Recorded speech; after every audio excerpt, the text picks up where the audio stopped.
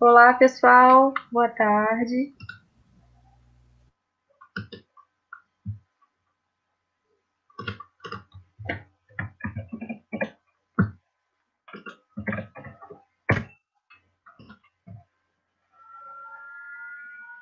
Vamos esperar só mais um pouquinho as pessoas entrarem, tá? Os participantes.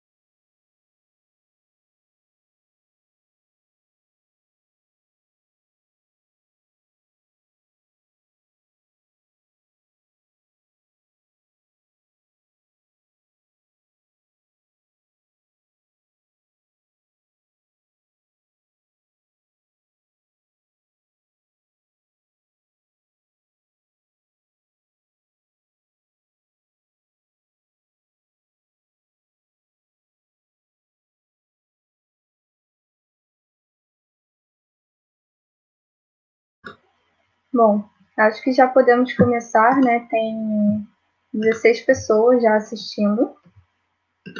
Bom, mais uma vez, pessoal, boa tarde, sejam bem-vindos. Durante esse período de pandemia, estamos com uma série de webinars, né? Então, para assistir os webinars passados, é só acessar o nosso canal do YouTube, né? Uso público PESET. E me apresentar rapidamente, eu me chamo Carolina Freitas, trabalho no Parque Estadual da Serra da Tiririca, tá bom? E hoje estamos aqui com o Felipe Zuni, né, do Programa de Pós-Graduação em Ciências Biológicas, né, pelo Museu Nacional na Universidade Federal do Rio de Janeiro, né, e ele vai falar um pouquinho para vocês sobre os efeitos de borda no PESET. Felipe? É isso aí, Carolina. Muito obrigado pelo convite, obrigado ao parque, e acho que podemos começar, ok? Boa apresentação, Felipe. Obrigado.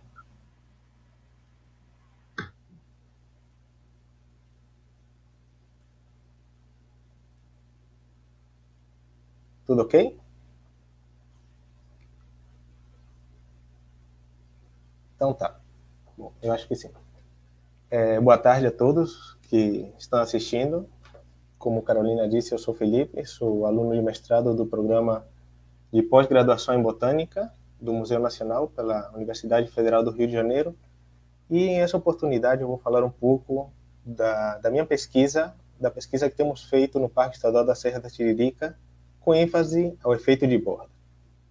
Para começar, temos que responder a 3 perguntas. O que são as bordas, como elas são criadas e o que é o efeito de borda. Vamos lá. O que são as bordas?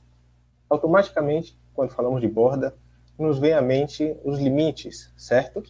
E é exatamente isso. As bordas são áreas de transição entre 2 ecossistemas diferentes, também conhecido como ecótonos. Como podemos ver em essas imagens aqui, temos uma área de floresta e essa daqui vendria a ser a borda. Ok? É uma zona de transição entre a floresta e a área desmatada. Nessa outra aqui podemos ver bordas bem marcantes, com áreas queimadas e áreas desmatadas. Então, tendo esse conceito, podemos dizer, as bordas são limites, os limites florestais. Como as bordas são criadas? Tem distintas origens, e entre eles, o que mais se conhece é a fragmentação de hábitat, que pode ter uma origem natural ou antropogênica. O que é a fragmentação de hábitat? É a divisão de um remanescente em pequenos espaços florestais. Aqui podemos ver nessas imagens que temos um remanescente e pouco a pouco ele foi se dividindo até ter pequenos fragmentos.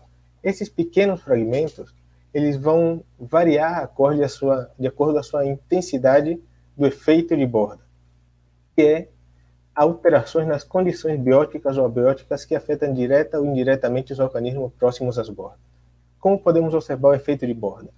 Aquelas áreas, aquele conjunto que tínhamos anteriormente, a matriz florestal, quando ela perde seus espaços, automaticamente ela vai perder uma grande proporção dos indivíduos que não se conseguem adaptar às diferentes condições que a borda proporciona. E esses indivíduos eles vão dar lugar a outros indivíduos que sim conseguem se adaptar.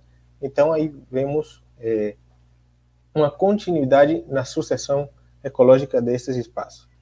Nas áreas dos interiores florestais, temos grandes quantidades nos estoques de carbono, a diferença das áreas de borda, que são suscetíveis a queimadas e outros efeitos como vento. Existem distintos efeitos de borda, tá? Podem ser bióticos ou abióticos. Então, esses parâmetros vão afetar principalmente as árvores que estão nos limites florestais. Aqui nessa imagem podemos observar que as queimadas, agricultura e pecuária são uma das responsáveis principais da criação de borda. Tá? Então, já que sabemos que são as bordas, o que são os efeitos de bordas, será que no Parque Estadual da Serra da Tiririca ocorrem esses fenômenos e qual a intensidade desses fenômenos? Então vamos explicar. Primeiro vamos localizar o Parque Estadual da Serra da Tiririca. Ele se encontra no bioma de Mata Atlântica, que é um bioma conhecido por ser um hotspot de biodiversidade, onde ocorrem 20 mil espécies de plantas, das quais 35% são endêmicas, e atualmente restam 12,4% da cobertura original. O que quer dizer que a maior parte das árvores elas foram removidas nos últimos 150 anos. O uso de ocupação desta área, deste bioma, ele é muito antigo. Tem registro de aproximadamente 8.000 anos antes de Cristo, que foram os primeiros grupos pré-históricos a ocupar essas áreas, depois passando pelos índios e o processo de colonização, onde teve grande desmatamento, principalmente da extração do pau-brasil, e no século XVI, XVII, com as grandes construções de cidades nos limites do litoral brasileiro. Okay? Então, nos últimos séculos, foi o século XIX, foi onde teve a maior intensidade de extração arbórea. Aqui podemos ver em essa última imagem da obra Flora Brasiliensis um contraste entre o que era a vegetação original e, no fundo, onde temos a vegetação desmatada, certo? Então, aqui é onde observamos principalmente esse processo de expansão territorial do homem, né?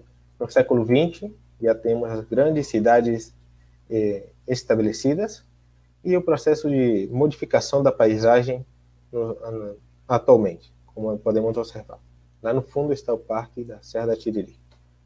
Então, o parque ele está no estado do Rio de Janeiro, ele tem 6 setores.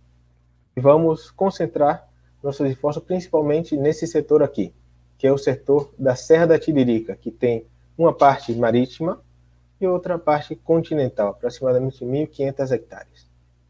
Aqui algumas imagens do Parque Estadual da Serra da Tiririca, de diferentes ângulos. Esse, para quem não conhece, é o Costão de Itacoatiara, a parte média do setor. Outros ângulos, essa aqui é a Lagoa de Itaipu. Outras imagens, imagens de satélite. Esses pontinhos amarelos aqui são as parcelas, que eu já vou falar. E vamos fazer um reconhecimento do remanescente. Essas são algumas imagens do interior do remanescente Serra da Tiririca. Quem conhece o parque sabe que ela tem diferentes tipos de vegetação. Na maioria, na imagem satélite podemos ver que é uniforme, mas pelo extrato baixo podemos ver que temos herbácea, temos parte de arbustiva e a grande maioria do componente arbóreo. Aqui à direita podemos ir para o Costão de Itacoatiara, Enseada do Bananal, onde saímos em Campo Escola Helmut.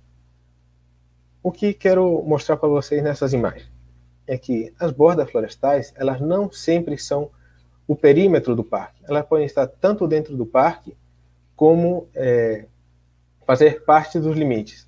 Esse Campo Escola, por exemplo, é uma borda enorme. Temos o contraste aqui do componente arbustivo e o componente arbóreo.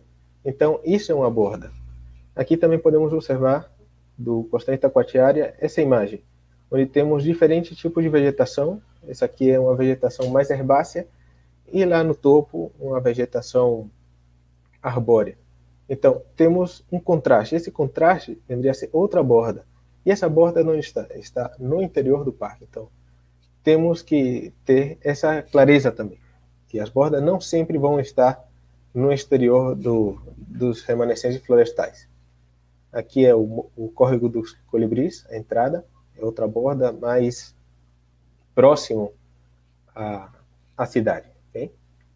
Então vamos lá. O objetivo deste trabalho foi determinar diferenças entre as bordas do interior sobre algumas variáveis que compõem a estrutura vegetal e avaliar se existe influência de alguns parâmetros ambientais sobre essas variáveis. Quais seriam essas variáveis? Diâmetro, altura, entre outras que eu vou mostrar daqui a pouco.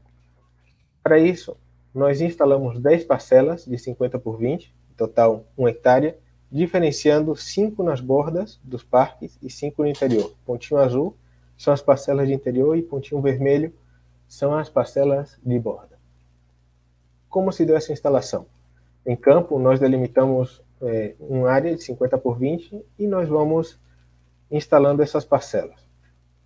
Dentro de cada parcela, nós marcamos e avaliamos apenas aquelas que tinham um diâmetro maior a 10 centímetros. Dentro das parcelas, nós avaliamos 3 variáveis: o diâmetro das árvores, a densidade. Bom, aqui nós extraímos a madeira e a densidade se faz no laboratório, mas é outra variável, e a altura, estimada a partir do comprimento de um podão, de uma vara telescópica. Tá? Então, são essas 3 variáveis que... E, além do mais, também temos os solos. Fazemos uma extração de solo e mandamos para análise, e, no fim das contas, vamos ter um laudo técnico. Então, temos essas variáveis para analisar. Adicional, nós extraímos de bases de banco de dados registros de queimadas e imagens de satélite para fazer uma comparação espaço-temporal entre os anos 2010 a 2020. Então, essas cenas e esses registros vão permitir avaliar se existe ou não uma influência direta de alguns parâmetros ambientais sobre as bordas da Serra da Tiririca, que é essa aqui. Então, vamos lá com alguns resultados. Encontramos 403 árvores, das quais 185 foram localizadas nas bordas e 218 no interior. Existe uma média de 40 árvores por décimo de hectare. Tá? A biomassa se faz a partir daqueles parâmetros, daquelas variáveis mencionadas anteriormente, como diâmetro, altura e densidade, e temos a biomassa por parcela. E aqui vemos que onde encontramos o menor número de árvores foi na parcela 4, referente a uma parcela do interior. E também onde encontramos o maior número de árvores foi na parcela 7, também do interior. Agora, será que existe relação entre o número de árvores e a quantidade de biomassa? Se fosse assim, a parcela número 4 teria que ter uma menor quantidade de biomassa, mas não existe. A relação está principalmente na identidade taxonômica das espécies. Então temos aqui que a parcela com maior biomassa é a parcela 1, que é a parcela de borda, com 743 toneladas por hectare, e a parcela com menor biomassa é a parcela 5, próximo ao quilombo do Grotão, com 149 toneladas por hectare. Existem em média 371 toneladas por hectare na Serra da Tiririca. O que quer dizer? Que você instala uma parcela de 1 hectare em qualquer lugar daqui, vai ter em média 371 toneladas de biomassa, podendo ser um pouco mais ou um pouco menos, mas isso aqui é a média, tá? Então, não existe relação com o número de árvores. A biomassa pode ser explicada diretamente pela identidade taxonômica. Com relação aos solos, não encontramos nenhum padrão, para dizer assim, mas isso é ruim? Não. Isso é bom, porque a variabilidade dos solos, ou esses padrões não detectados, eles podem estar influenciando outras variáveis, ou também pode estar influenciando a heterogeneidade florística, que é outra análise que se tem que fazer. Por exemplo, aqui, encontramos uma maior porcentagem de cascalhos nas bordas, perdão, não interior, do que nas bordas, e encontramos uma maior porcentagem de solos arenosos no interior do remanescente do que nas bordas, ou seja, os solos do interior são mais arenosos do que os solos das bordas. E entre outros, como silt, argila, nutrientes como o nitrogênio, fósforo, tem maior porcentagem no interior do que nas bordas do parque, e não existe um padrão nenhum por parcela, como podemos observar aqui. Tá? Então, isso é com relação ao solo. Agora, com relação àquelas 3 variáveis, que é a densidade da madeira, diâmetro e altura. Primeiro, encontramos diferença estatística significativa entre a densidade da madeira, da borda e do interior do remanescente. O que quer dizer que as árvores das bordas elas vão ter uma densidade de madeira menor do que as árvores do interior do remanescente. Tá? No diâmetro não encontramos diferença, mas podemos dizer que as árvores do interior têm um menor diâmetro do que as árvores da borda, e encontramos diferença significativa na variável de altura, ou seja, as árvores da borda têm uma mediana menor do que as árvores do interior, tá? Por exemplo, aqui 11 e 12. Agora, se diferenciamos essas classes, essas árvores em classes, o que é que vamos encontrar? Vamos encontrar na classe referente ao diâmetro que aquelas que estão próximo, vamos ter um menor número sempre borda interior, e encontramos uma diferença estatística significativa entre as árvores com diâmetro de 10 centímetros a 20 centímetros de diâmetro, sendo que as árvores do interior vão apresentar um maior número de árvores no interior com essa classe de diâmetro do que da borda. Outras classes não têm diferença significativa, mas podemos ver algumas diferenças visíveis aqui. Por exemplo, menores árvores, esse padrão assimétrico ele vai para todas as classes, e nas classes de altura não tem nenhuma diferença estatística significativa, mas temos outro tipo de padrão. Aqui, ó, temos uma relação assimétrica e outra relação simétrica, praticamente nula. Outro resultado que encontramos foi que a distância das parcelas elas vão influenciar na variabilidade de algumas variáveis, como o caso da densidade da madeira, onde podemos encontrar uma relação da densidade com referência à distância das parcelas até as bordas. Ou seja, árvores, indivíduos com maior densidade, eles vão para as bordas, eles vão estar nessa sequência aqui, onde quanto mais próximos às bordas, maior seria a densidade desses indivíduos. Igual, vamos encontrar uma relação com os indivíduos do interior, as parcelas do interior. Tá? E outro resultado com respeito às queimadas, dos registros de queimadas, vemos que nas bordas ocorreram mais queimadas que no interior. E esse padrão ele vai para todos os anos que foram avaliados, de 2010 a 2020. Sempre nas bordas vamos ter mais registros de queimadas que no interior. Quero destacar que esses registros de queimadas são focos de calor. Não são exatamente queimadas ou incêndios florestais, são focos de calor de um determinado tamanho de pixel, que podemos dizer que são de 1 quilômetro, dependendo do tipo de satélite, tá? Então tem toda uma interpretação para esses registros de calor que observamos aqui. No padrão, podemos ver que a maioria das queimadas ocorreram na temporada de inverno, né? Que vai entre julho, agosto, setembro e por aí vai. E que a maioria das queimadas ela ocorrem entre 3 a 8 horas da noite. Ou seja, é um horário de maior intensidade nas atividades antrópicas. Então, poderíamos ir por esse lado daí. Outros resultados sobre queimadas que não vem tanto, mas que nos ajuda a entender e realizar um modelo para esse remanescente, é que vemos que a variação na cobertura vegetal, tanto no interior quanto nas bordas, elas variaram muito de 2010 a 2020. Elas sempre vão em maior nas bordas, claro, e menor cobertura vegetal no interior do remanescente. O que essas análises nos permitem entender é praticamente que nas bordas elas vão ser mais vulneráveis às queimadas que o interior florestal. E isso nós construímos um mapa de risco de fogo, um mapa de queimadas sobre o risco de fogo, tá? Onde 0 significa sem risco, vai de 0 a 15, até 1, o maior de 0,95, que significa muito crítico.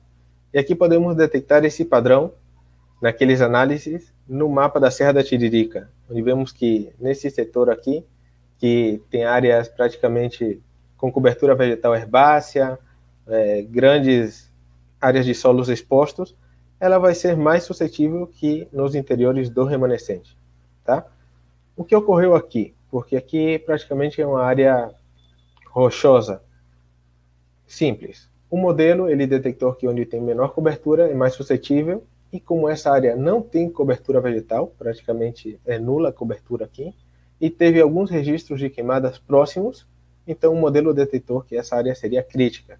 Mas isso não quer dizer que a concentração na hora da prevenção das queimadas tenha que ocorrer especificamente nessa área crítica. Ela pode ocorrer em outras áreas que estão com amarelo a laranja, que nessa área totalmente crítica. Isso vai depender da interpretação da gestão do parque também. E, finalmente, temos outro resultado, que é o mapa de biomassa, onde vemos que a maioria da biomassa ela se concentra no interior do parque. Ainda falta dar um maior contraste, mas é visível que áreas rochosas ou áreas sem vegetação, ela tem menor biomassa, e no meio temos a biomassa que varia de 420 a 700 toneladas por hectare. Tá? Então, esses são os principais resultados preliminares que encontramos até o momento sobre o efeito de borda na Serra da Tiririca. Então, qual seria a nossa conclusão? Que existe diferença entre as variáveis estudadas sobre o tipo de habitat, porém, nem todos os parâmetros ambientais estariam influenciando a variabilidade dessas variáveis, que são diâmetro, altura, e é preciso também, como recomendação, dar continuidade, só que introduzindo o que seria o caráter taxonômico das espécies. Já temos a métrica delas, então seria mais fácil de interpretar introduzindo essa identidade taxonômica. Bom, esse seria nosso estudo. Agradeço a todos vocês.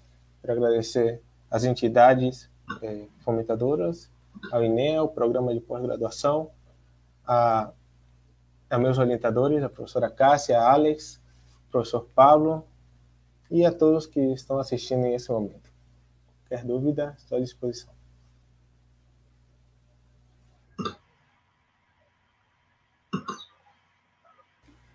Ótima apresentação, Felipe. Agradeço pela sua participação, né, por ter aceitado esse nosso convite. E, pessoal, esse webinar vai ficar salvo no nosso canal do YouTube, tá? Uso público PESET. E agora abriremos para perguntas. Então, se vocês quiserem mandar aqui no chat alguma pergunta, tá bom?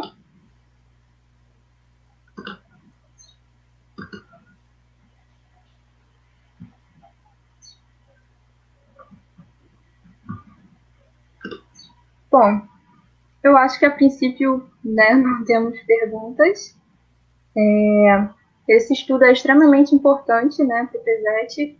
E mais uma vez, Felipe, agradeço, né, que Eu que possamos agradeço, fazer Carolina. ali Muito obrigado outras. pelo convite ao parque e agradeço a todos que assistiram, a minha família, né, que eu tive que rogar para assistir.